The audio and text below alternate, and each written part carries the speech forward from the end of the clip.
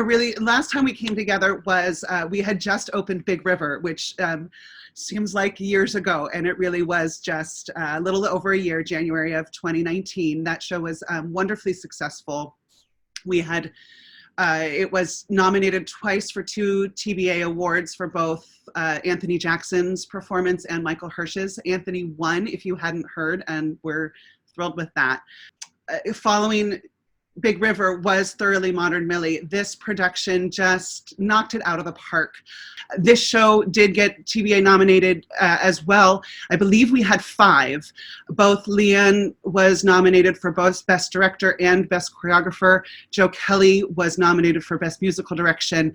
And the show itself received a Best Overall Ensemble nomination, as well as Best Production, which if you ever look at the list of companies that are nominated to be chosen to be in the top 5 or 6, is really a huge kudos to the cast, the company of Thoroughly Modern Millie. So thank you, Milliers out there. And so the next show that we had was Gentleman's Guide to Love and Murder. Again, this show did get was TBA recommended. Again, I'm going to send huge kudos. This was a very challenging show on many different levels, and our staffs, the company on a whole, came together and produced something, again, that just exceeded expectations. And I think we really did a stellar job. And again, our kudos to the entire company for that production. She Loves Me, wrapped up on one hand so recently, just a few, 7 weeks ago, we finished productions. It also feels like a year.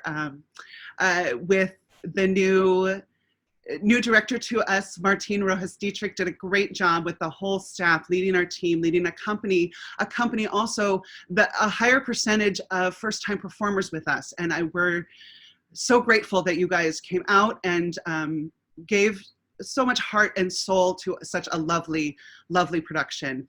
In November, we had 2 great things happened in November. First was our 2nd annual Tacos and Tunes fundraiser event. Thank you, Kim, for managing that and being our lead on that. It is a fun, wonderful night. We exceeded both of our income goal and as well as our attendee goal. So it was a wonderful night, came together. Tacos, Tunes, Bob Sunshine, if you're on, you're fabulous. Right after that, the board got together for our annual board retreat. Normally it's held in August. This time we held it in November, for a couple different reasons. But we came up, and our biggest priority there were 2 things. One is our board committees, which each committee will present today about what they're doing, what they're leading, how we're moving the company forward. We also designated these 4 as SBMT's core values. So everything that we are working towards, programming, presenting, should come into these 4 values of heart, community, quality, and growth. Just knowing that at our core, that's what we aim for, that's where we're striving. So everything, whether it's productions or extraneous programming that might be coming into play, we want to revert back to these core values.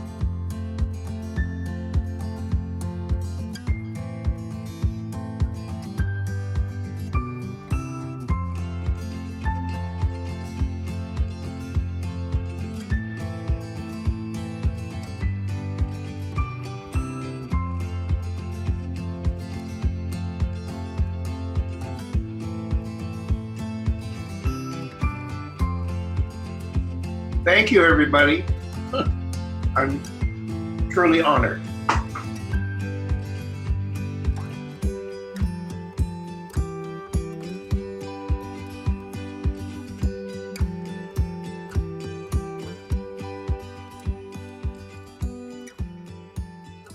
We're not planning to insert South Pacific into the coming season for a number of different reasons. One is manpower, and the other is primarily trying to fit it into the Civic Theater schedule that's already rather full.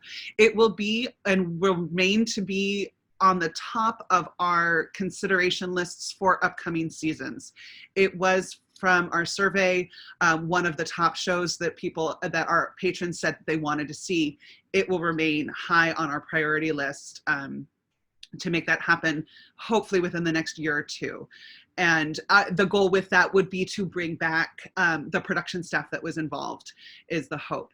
The Fabulous 40s, we're a little more optimistic that we can find a time to squeeze that in. And again, it is managing the calendar of the Saratoga Civic Theater, as well as the calendars of all the production staff. So we are hopeful, fingers crossed, that we can find an insertion time. But again, I think it's something that will, if it can't happen in this coming season for some reason, it would be definitely tied again with South Pacific if we can, or we'd find a time within the next few years, because so much of the prep work has been done.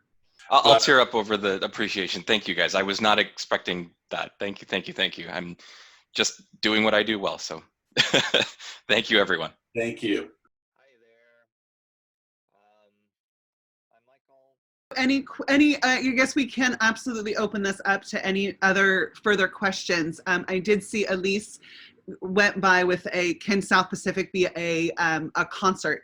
And ironically, that South Pacific, when we first started considering it, it was going to be a concert until we had some conversations with Leanne back in November of 2018 is when we started working on South Pacific. So it's been a long time.